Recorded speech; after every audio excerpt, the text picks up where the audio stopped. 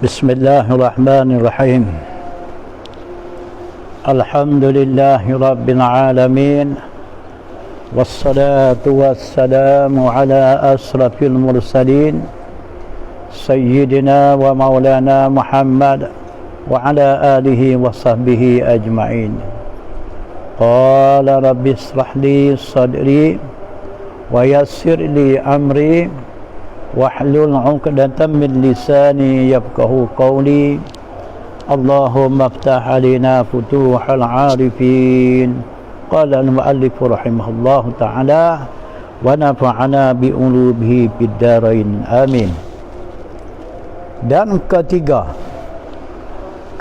daripada syarat qudwah yang 12 perkara. Dua syarat dah selesai dah.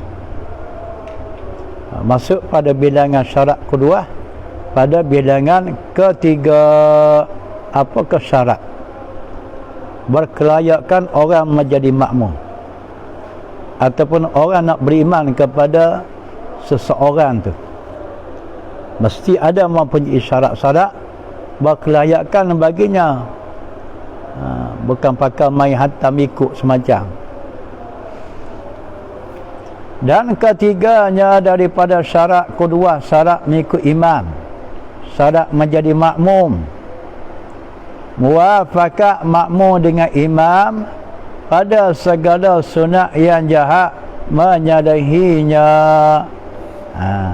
Istilah yang digunakan oleh fuqaha mazhab Syafi'i dalam perkara sunat jemaah ni, ada dikatanya sunat yang jahat bagi makmum dikala ia menyalahi akan iman. Yang jahat ataupun yang huduh, ada sebahagian naskah dikata sunat yang huduh bagi makmum dikala ia menyalahi akan imam. Menyalahi, terkeles dengan imam baru timbul cerita jahat. Kalau tidak menyalahi imam, eloklah, tak ada jahat, baik. Dia kalau buat pasti dapat pahala. Kalau terkeles dengan imam, jangan dimimpi lagi pasal pahala. Semayang lingkup, batilung semayang pun. Apakah dimasukkan dengan kata sunat yang jahat tu? Seperti sujud tilawah, sujud sejadah. Sebahagian kita panggil sujud sejadah. Sujud tilawah ni sujud dikala sampai di ayat yang sunat disujud.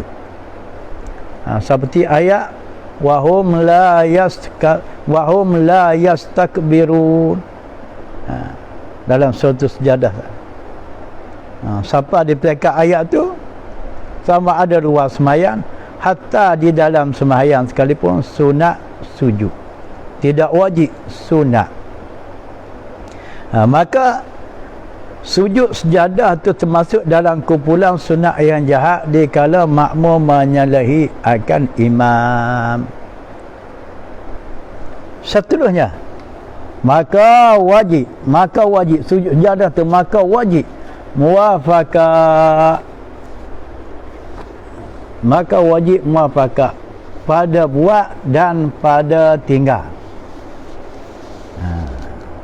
Makmum tadi kenalah sepakat dengan imam pada buat, pada sama-sama sujud sejadah, dan pada tinggal pada sama-sama tak sujud sejadah, walaupun imamnya baca ayat di tempat sunat sujud sejadah sekalipun. Kalau imam tak sujud, makmum jangan disujud, jangan ditekelah tanah.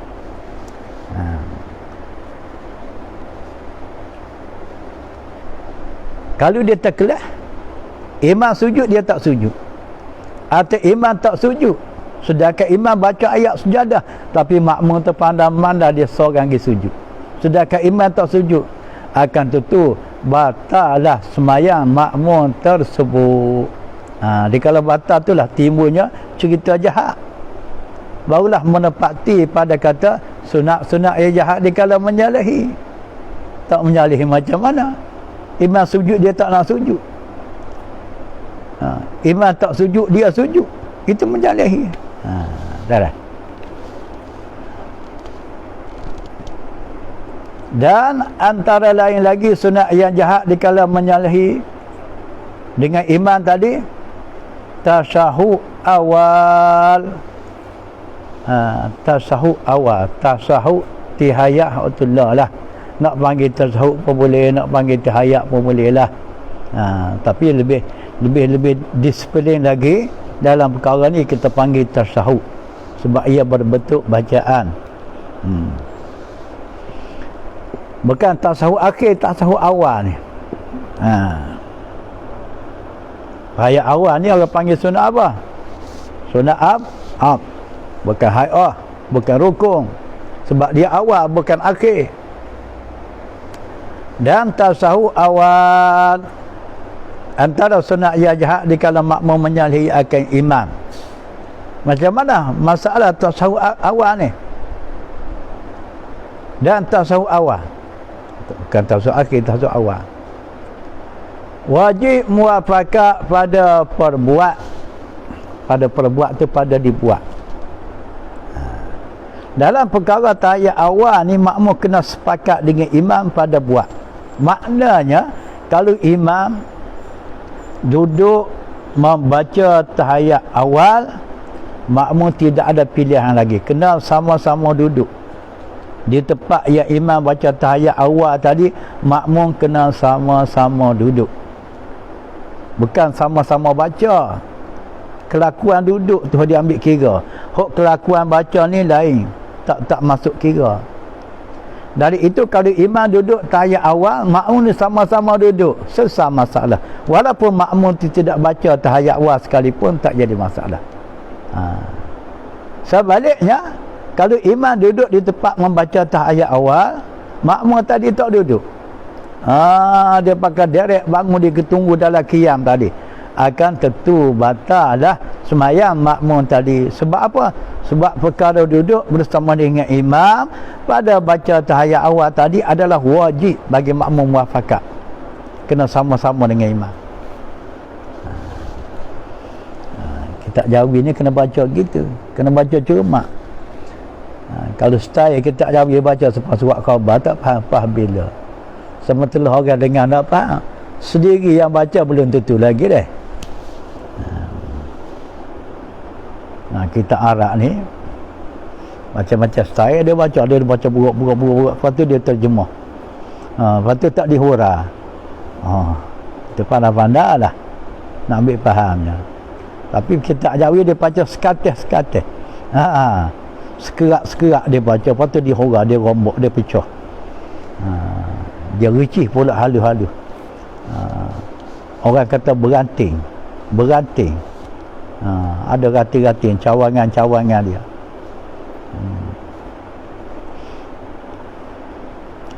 Adapun imam tinggal tasyahud awal, dalam masalah tahiyat awal lagi ni, imam sepatutnya dia duduk baca tahiyat awal.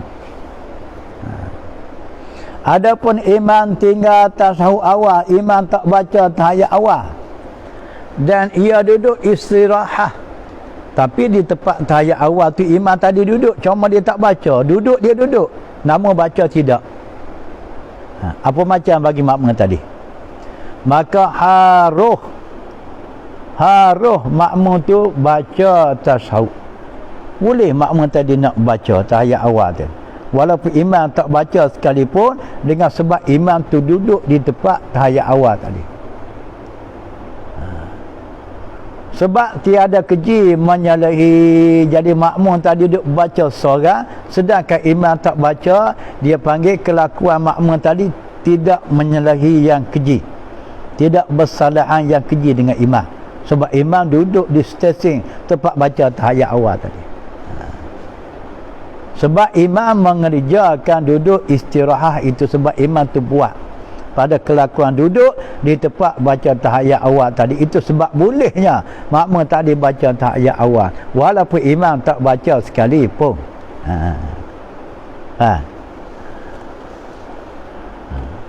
Tapi tu rupa tak dulu dah, sekarang tak tahulah.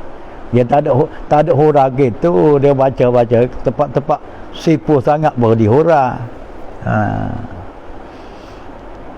Waktu kiranya kita nak faham secara halus, pandai-pandai bawa diri, carilah kepala mentelaah di celah-celah pondok.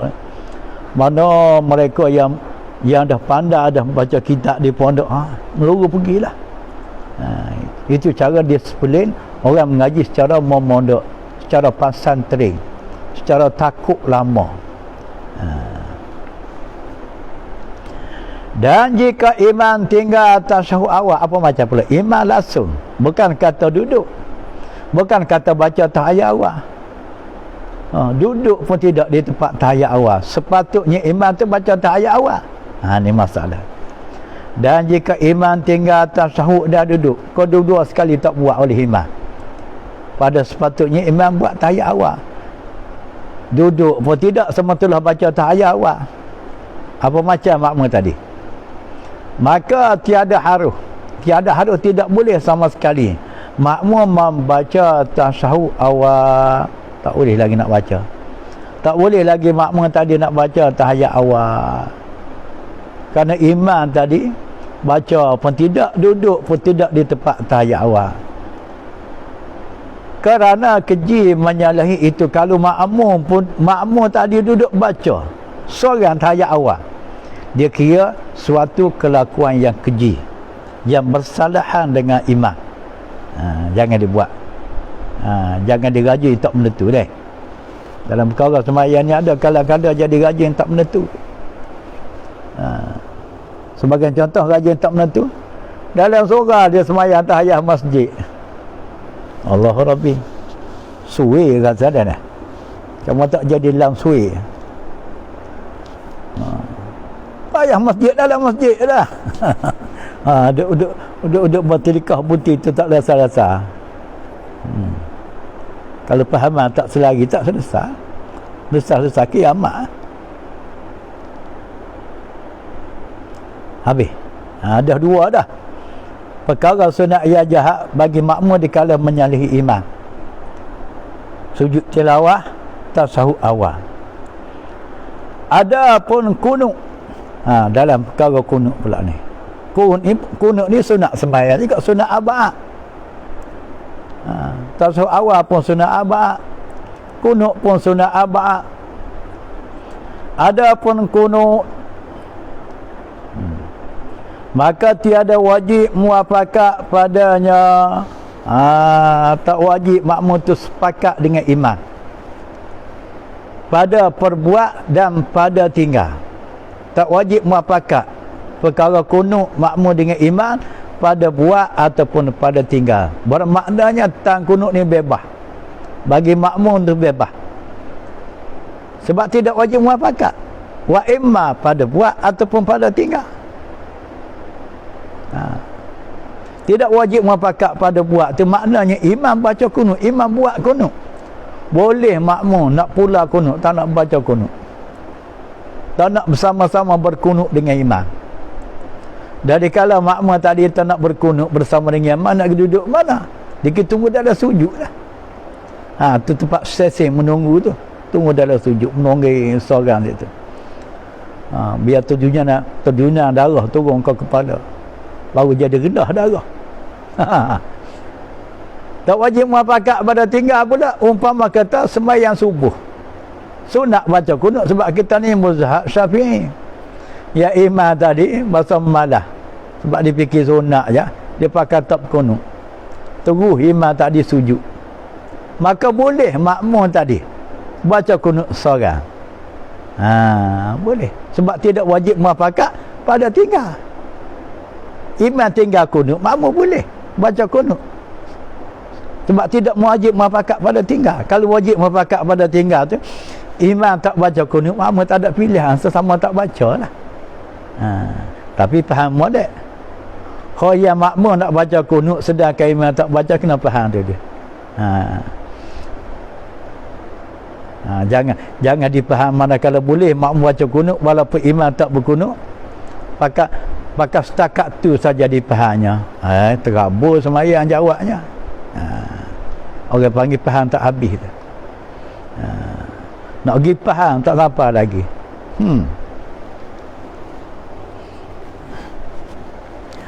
Maka jika meninggal imam akan kunut, Meninggal imam baca akan kunut tu, imam tidak baca kunut.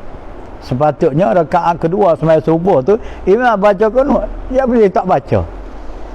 Sunat makmum menyalahi imam. Boleh makmum tu terkelas dengan imam. Menyalahi itu kita kata terkelas dengan imam.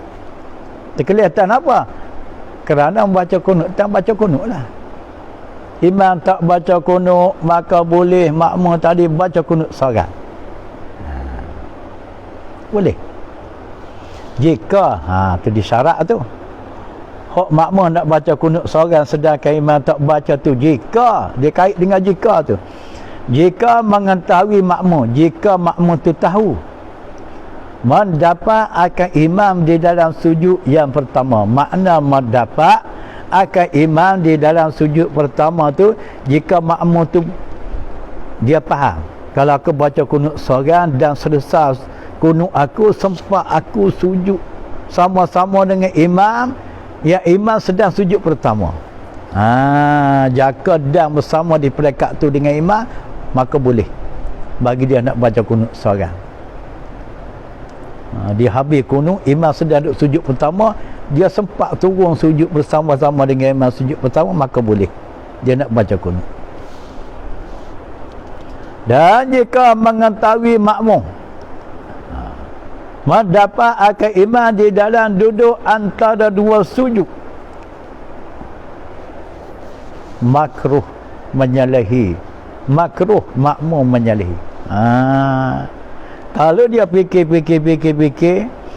aku baca kunut ni, kalau aku baca tak sempat, habis kunut aku nak kejar imam dalam imam sujud yang pertama, hanya sempat bersama dengan imam semasa imam duduk antara dua sujud, maka berkunut di masa tu bagi dia hukumnya makruh.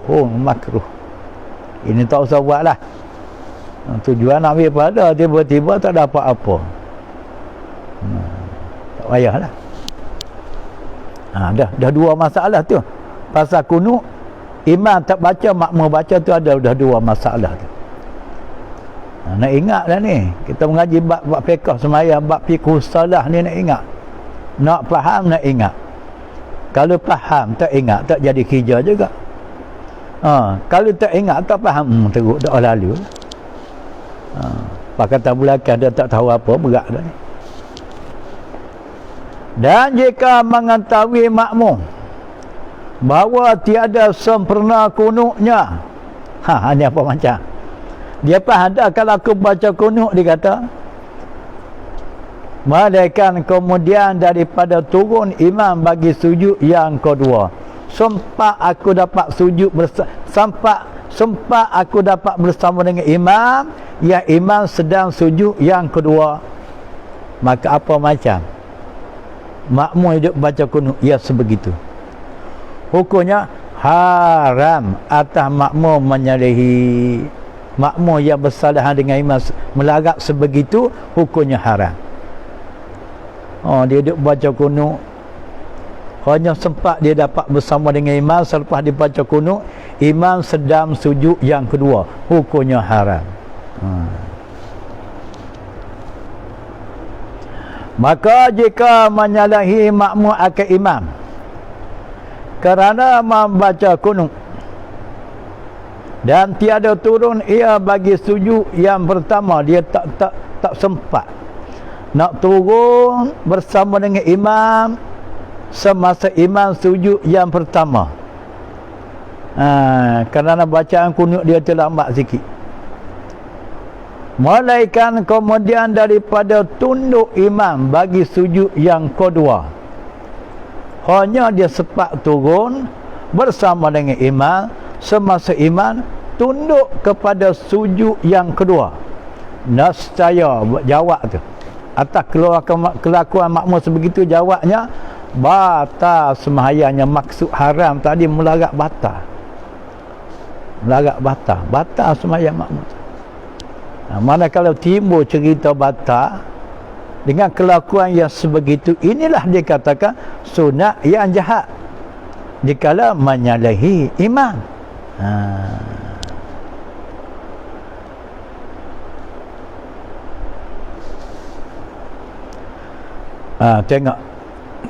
Tengok dia luar tu, qauluhu, dia tulis tepi belah kanan muka surat 8 tu. Sebab dia tak termasuk dalam grup ni, sepatut termasuk. Tapi dia sebab penulis itu jadi teralak tu. Qauluhu, dia kata, dan pada tinggal tu, dan seperti sujud sahwi antara lain lagi selain daripada kunut, selain daripada tahiyat awal, selain daripada sujud tilawah, ialah sujud sahwi. Sujud sahwi pun termasuk dalam perkara sunat-sunat yang jahat dikala menyalahi imam, seperti sujud sahwi. Maka wajib padanya makmum tu. Dia kata nya sini nya makmum ni, bukan nya imam. Maka wajib pada makmum muwafaqah pada buat perkara sujud sahwi ni, wajib makmum sepakat dengan imam pada buat. Maksudnya kalau imam sujud sahwi, makmum tak ada pilihan, wajib kena sama-sama sujud bersama imam. Jangan jadi terkeleh. Ini ada satu masjid Jalan Cerah ni, ada satu masa imam sujud sahwi, makmum dia belakang imam berselera, jadi 3 mazhab. Sedangkan kita orang Melayu mazhab Syafi'i je. Masa tu jadi 3 mazhab, 3 kelakuan tu 3 mazhab lah. Kalau nak cakap nakal 3 mazhab. Macam mana? Ada sebahagian sujud bersama dengan imam, okey, hak tu okey, itu mazhab okey. Lepas tu 2 lagi mazhab KO. Hak 2 mazhab ni KO, bukan okey. KO macam mana? Dia berdegil tak sujud. Lepas tu satu lagi tu pula, dia muparakah. Buat kau bengongnya, tak fahamnya masalah hukum semayang. Dia muparakah. Allahu Rabbi, betapa teruknya orang kita. Tapi semua Jumaat ada rajin dah tak miss setiap waktu. Manakala berlaku itu jadi kecoh. Jadi boleh jadilah orang ikut imam tu faham. Kalau tak faham pun betul perbuatan tu dah kena pada kehendak hukum. Ni hak 2 golongan ni, hak yang berdegil tak nak sujud, hak niat muparakah pula. Dia ambil faham dari mana, rupa-rupa dia faham mengikut akal dia. Dia tak tahu gapo dia imam sujud ni. Lalu dia pun barakah.